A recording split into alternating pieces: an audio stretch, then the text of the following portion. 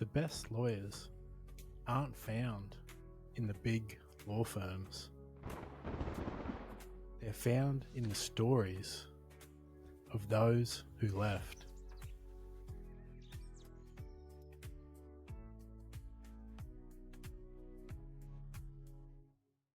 We are live. Now, I've been wanting to ask a marketing guru, I say, for a long time this question.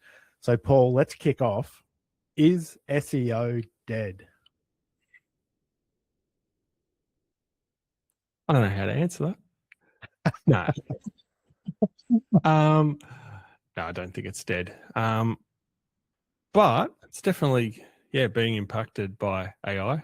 If you kind of Google anything now, you'll notice probably on, let's say it's probably 3/4 of searches. I don't know for a fact, but it's significant. Yeah, you're going to get an AI overview. And things that, weren't generating AI overviews sort of 3 months ago now are. So I think Google is really kind of ramping that up. So I don't think SEO is dead, but it's definitely having an impact on traffic.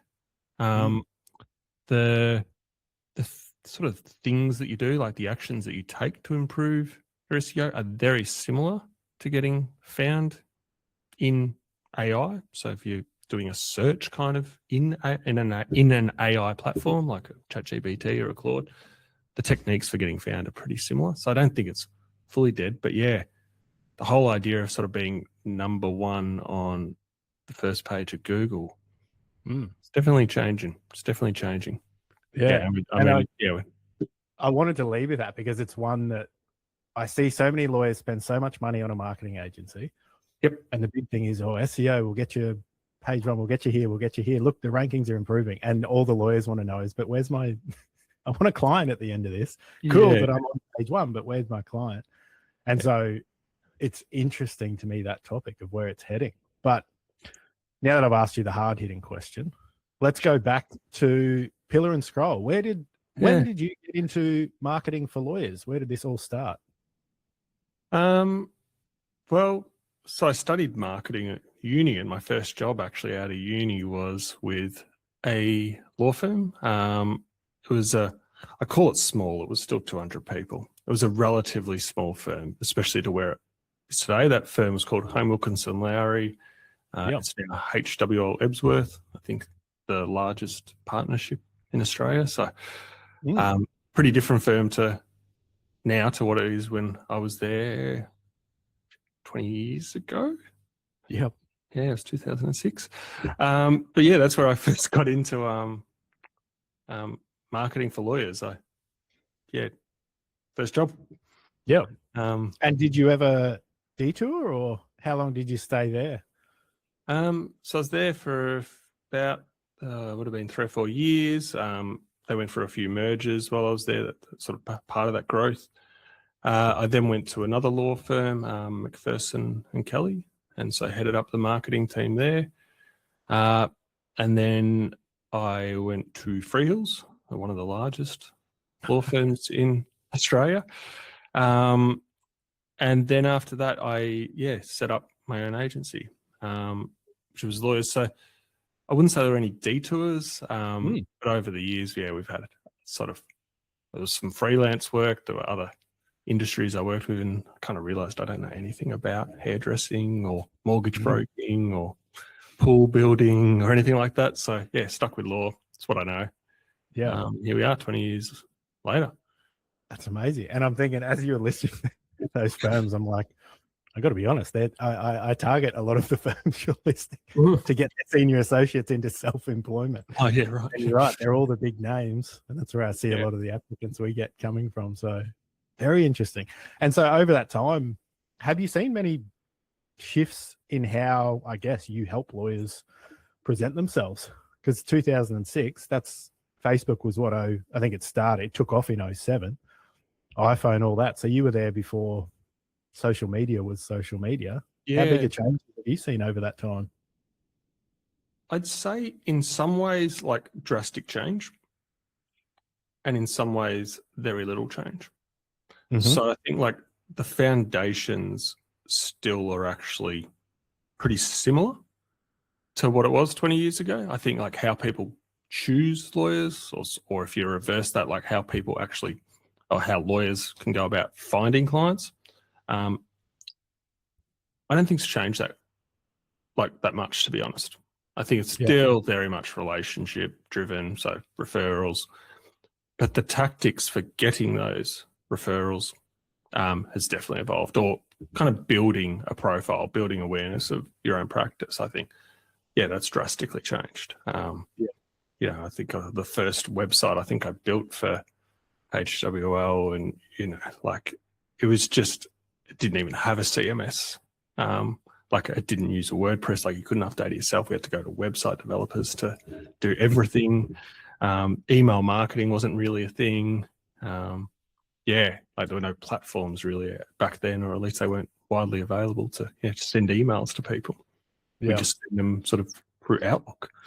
The old annual. Which, to be honest, I know some lawyers who still do it. I'm like, it's $9 a month or something for Mailchimp. Come on, you can do this quicker.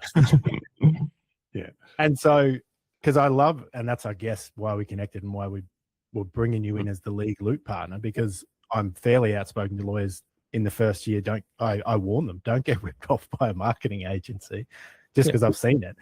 On your homepage, it's marketing for law firms built on referrals. Like from all the way, have you always focused to tell people, hey, like this is enhancement on you expanding your reputation, I guess is how I'd phrase it? Or did you discover that over time that's actually the most successful method? It's a good question. I think a bit of both. I was lucky enough to have a mentor at the time who kind of taught me a lot about relationship marketing and kind of how that actually works. And I think the understanding how people actually buy legal services is pretty fundamental to that. Like people don't really Google for a lawyer, or at least really good clients don't Google M&A lawyer Melbourne or family lawyer Sydney. And so the SEO question at the start of this is interesting because it's important, but it's not that important. So I learned it from someone, but then I think really the best education was actually watching some of the more successful partners that I've had worked with. And that includes at the agency now as well. And I've kind of been, building up this framework for it. But really it comes down to the most successful lawyers, at least from a marketing and BD perspective. So the ones with best clients or the most clients, or however you want to sort of look at that, they all have really good referral networks. They're not doing lots and lots of marketing. They're not spending hundreds of hours a year on, work in the room and or spending tens of thousands of dollars on SEO or sponsoring some, thing, or taking people to the Melbourne Cup every year or whatever it might be. They're just really good at working out who's the people that send us work and how do we make sure we stay in front of them, add value to them. And then really the website's there just to kind of validate it all. Is the person, naturally will go get the referral, go online and look that lawyer up, make sure it all sort of ticks all the boxes. That's kind of, what we help with. No, and again, why I was so excited to get you on board, because I think it's the third chapter in that we give away a book for people considering this. Yeah, cool. And the protagonist in the story is like, I need to get this fancy website and I need to have all this built to do it. And his wife sort of goes, hold on, you've already got referral partners. Don't they just need a quick website to see who you are and know that you exist? And we call it, just give them a place to quickly stalk you, to validate the conversation that just happened, that, hey, Johnny, or let's use him because he won't mind, Dickie's a great litigation lawyer.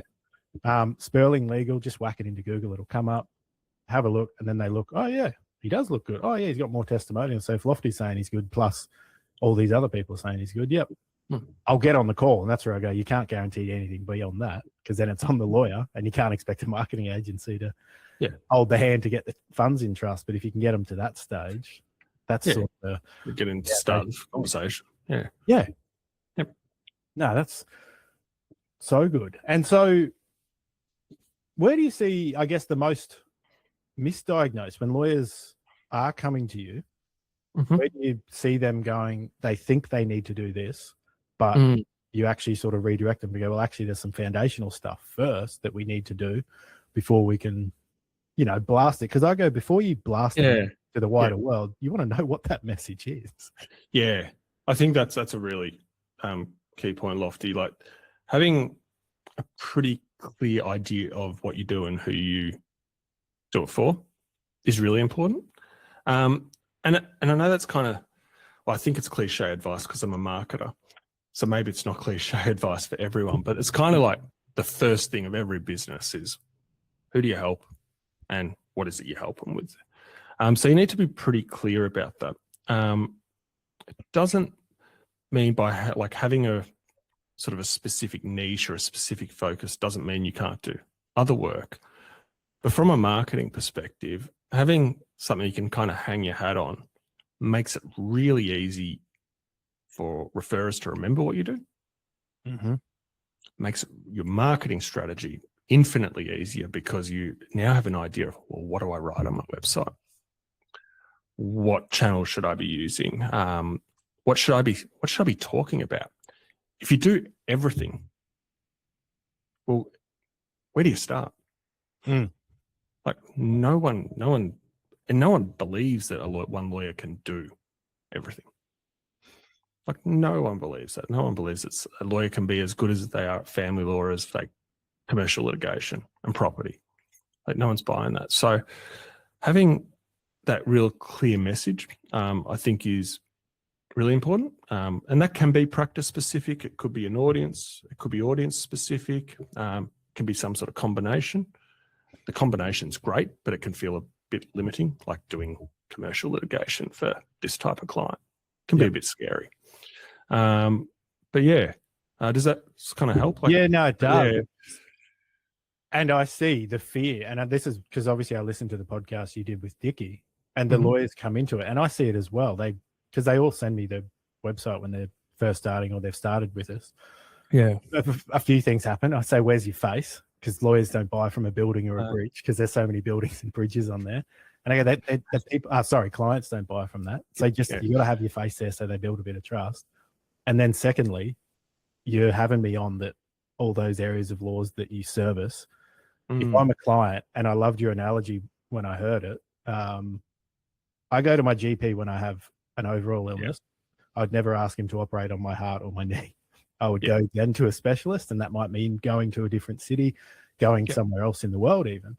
But you want to go to the absolute specialist. And whilst it's not your health, when you're in a legal crisis, it's your life. There will be either your liberty or your business on the line potentially. If that's happening, I'd prefer to not know you dabble in a little bit of construction, you dabble in a little bit of family, and maybe a little bit of immigration here too.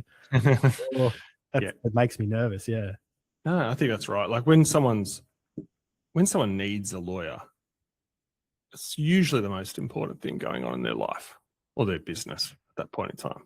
Like it's not something that someone wakes up in the morning and goes, "Oh, I just want to go and spend a whole pile of cash on a lawyer today because that'll be fun." It's like it's a real need. Like something's happened usually. Often it is caused by someone else. Like not always, but often there's like a sort of a trigger of they're being sued, partners leaving them, someone hasn't paid a bill, whatever it is. Like there's something that causes it. And so it's important, and they are going to do their research. They don't want to find someone that can do everything. They've only got one problem at that point in time. And like what we spend a lot of time working with clients on is working out, well, what do they want to see? What does a prospect actually want to see on your website when they call? Because that's going to be the difference between them picking up the phone or moving on to the next account and asking for another referral. And generally, I think it's a bit of what am I trying to say? It's like it's oversimplifying it, but there's usually sort of two things that they're really looking for. And the first is experience, not necessarily expertise. So it's not can you do the job? Like most people expect that you're a lawyer, you can do the job. I don't usually have any way of actually sort of working out if you're a good lawyer or not. Like they don't know. It's nothing you can put on the website that, is going to really convey that, technically you're a great lawyer. They can't read your drafts. They can't see how you negotiate, all those type of things. It's experience. They're looking for examples. Yeah. And so that's probably like the biggest one is, can you actually include examples of the work that you've done, like the problems that you've solved? And you can anonymize them. You can amalgamate them into sort of like content where it's not, you might reference like we've worked with 30 clients in ABs, like in doing something. So it doesn't need to be like naming clients necessarily, but it's still showing what is that experience that you have rather than that sort of, qualifications or use of experience or sort of technical expertise. Yeah. That makes sense? Yeah. And I like it because the way I frame it, because I realized I'm like, when I was learning to be a lawyer, and I remember doing my first statement of claim and it was just like red pen everywhere. And it was basically, Lofty, where's the evidence to support what you said? Yeah. And that's what I tell lawyers. Okay, we're asking this person to trust us with a lot of money. Where's the evidence that you are the best lawyer in this? And is that provided from other people? One aspect I wanted to ask you, is the experience level more important and maybe they're jointly important, but I find how someone feels after they interact with you, business or otherwise, is the impression you leave. And so is having the testimony, like how clients felt using you, as important or more important than the evidence of I'm actually a kick butt lawyer, but when other people use me, they feel really good at the end of it? I think it depends like what stage, like for a prospect, they have no idea what it's going to feel like. I mean, they can read testimonials, but they don't know that. So for an existing client or for a past client, having a really good experience is really important, obviously, because if they have that, then they come back and use you again, or they recommend you to their friends. But if we think about it from a prospect's opinion, where they haven't even picked up the phone yet, they have absolutely no idea what the experience is going to be like. Yep. They don't. They could read, it might be in the testimonials, but most testimonials are like, they did a good job. Well, I'm big on telling lawyers, sometimes you're the creative writers. You can suggest wording your testimonial that will improve your chances. Yeah. But the second thing is kind of talking to what your point, Lofty, is I think a lot of lawyers don't do this, but it's the approach that you take. So having information on your profile page, one about the experience that you have, but also your approach, like what can they expect? Or it can even be like more subtle, like some people want a fighter. They want their lawyer to be a fighter. And you're not going to write on your profile, I'm a fighter. But you can allude to it in different ways. Or you might have it like, say, a more serious photo where you're not, a big grin on your face. Not a man in a bright green suit, Exactly. But sometimes people want a lawyer that's going to be, more approachable, is going to be a consultative process, and then, having a photo with someone in a bright green suit or medical soul, a big smile on the face is more appropriate. But a lot of lawyers don't include information about what the approach is going to be like on their profile, and I think that's a missed opportunity. You could also include things like, what the process is going to be like giving people that kind of comfort of, okay, if I call you, I know what the next sort of 3 steps are going to be, or I have some vague idea of what this is going to cost, or I need to have my ducks in a row. I need to come to the lawyer with this information, whatever it might be. But giving that kind of information from the outset, I think, it's a missed opportunity, but it just, when the person calls, they feel more confident that the lawyer's got this. Yep. And I think that just kicks off like the engagement just from a much better place. Yeah. And so I think those two things on a profile are like absolutely key. Yeah, that's huge, because I realized when I was doing relationships managers for firms that clients are terrified to pick up the phone the first time. And I don't know if it's the movies or what. They seem to think they pick up the phone and maybe the lawyer has their credit card in Stripe and the 6 minutes starts there. And I'm like, a lawyer can't charge you till they've given you a cost estimate, and they can't give you a cost estimate till you've detailed what your situation is. So you got to, because for me, it frustrates me that so many small business owners especially don't pick up the phone to lawyers and they let it go too far, and then the house is on fire and the big company swallows the bigger lawyers with the bigger law firms swallow them up. And I go, so that's so good, to detail, here is the next step. And like you said, addressing, I guess, I know you're here and it feels like your life's on fire, and it kind of is, but here's maybe the way we're going to put this out. That's very cool. Yeah, it's bringing, like, I think it's like bringing the invisible, like it's making the invisible visible. Yeah. And most of what a lawyer does is invisible. Like it is to the public, or it is to, you don't include that sort of information on your website normally, but that's what we need to do. Yeah. Doesn't need to, break confidence or anything like that. But it's, how do you make that sort of, it's invisible or intangible? How do you make that tangible? Yeah. And so Pillar and Scroll, what's your focus and services, I guess, that you guys give a lawyer? So for example, we're dealing with lawyers. My calendar's full of lawyers about to be self-employed. So they're going, sick of the boss. I don't like the boss. I'm ready to burn the boats, as the book says. What does Pillar and Scroll, what sort of can you guys do for a lawyer? Yeah. We have three main services. First is logo and visual identity. So that's getting professional logo kind of from the outset. Sometimes feels like it can be, is that something you can do in a year's time? I would say doing a rebrand is usually a much harder exercise than just sort of getting that right from the start. So I know I'm biased, but I usually think that's that's worth getting right at the start. We do websites. So it's probably like what we're most well known for is we do a lot of law firm websites. So that can include the content, or it can be just helping lawyers like write their own content. But we put them together. And then finally, probably our biggest service is just helping lawyers with marketing.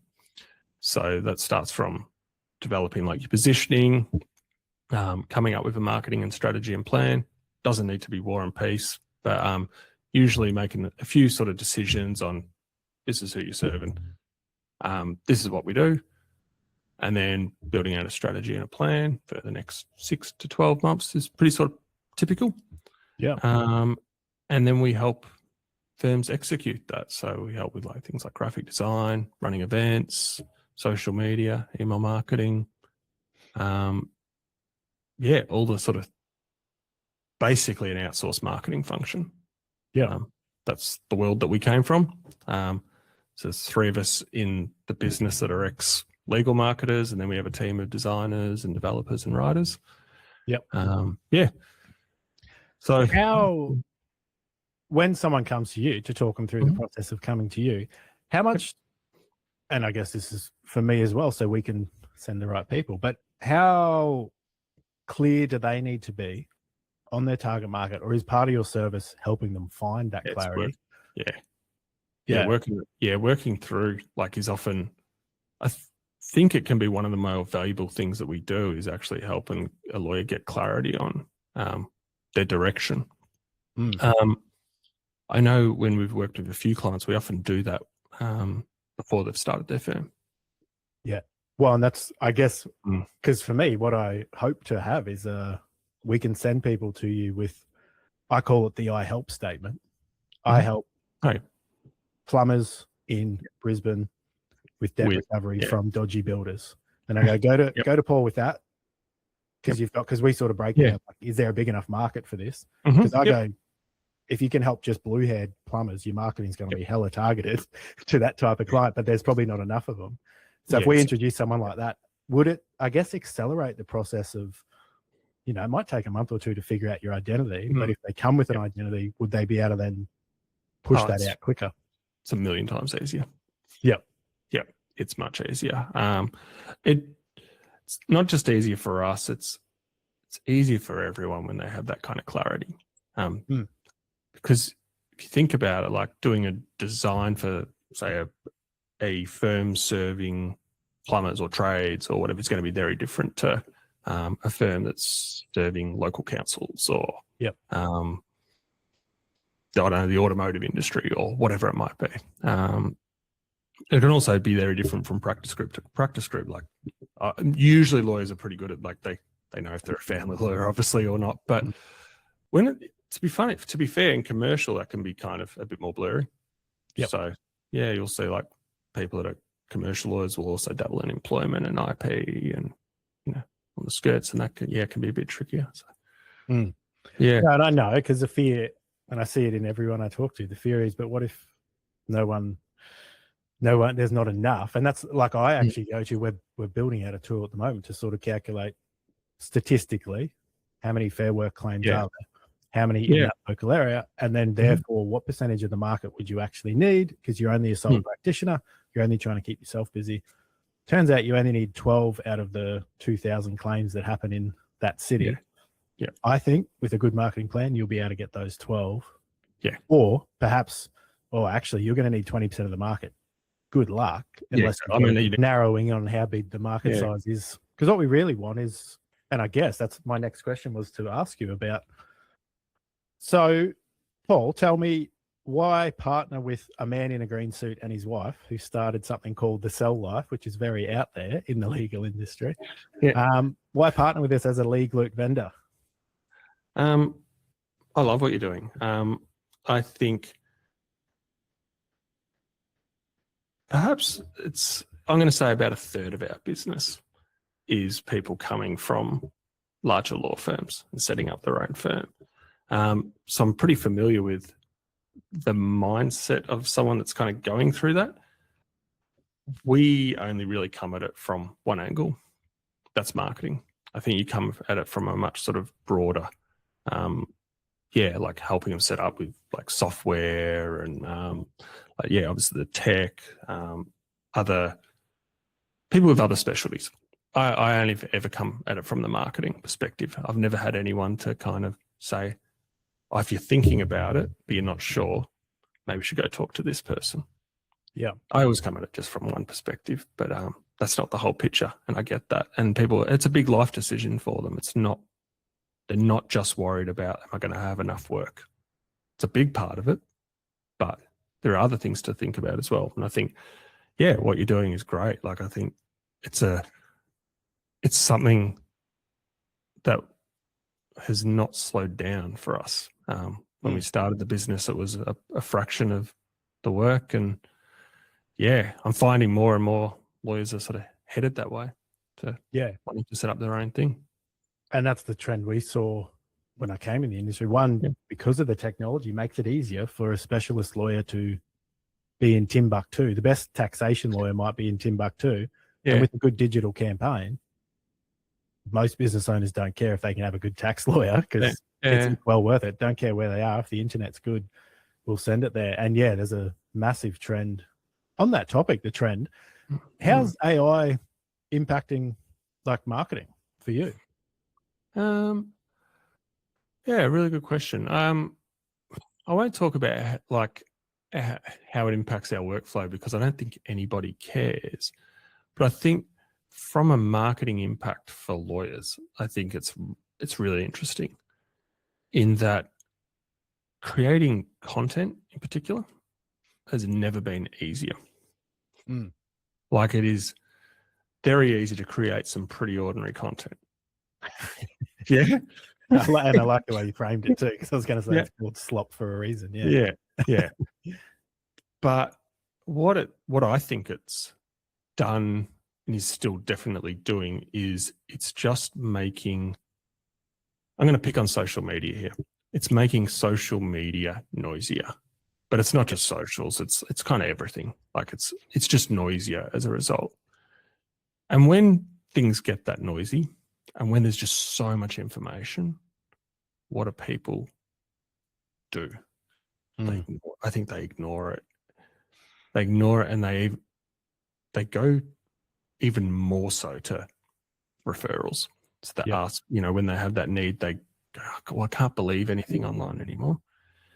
Especially when it's poorly written, or they don't turn to social media for like, oh, is this the right person? Because as you said, like most of it is just, it's just stuff. It's just noise, and people can't handle that much kind of information.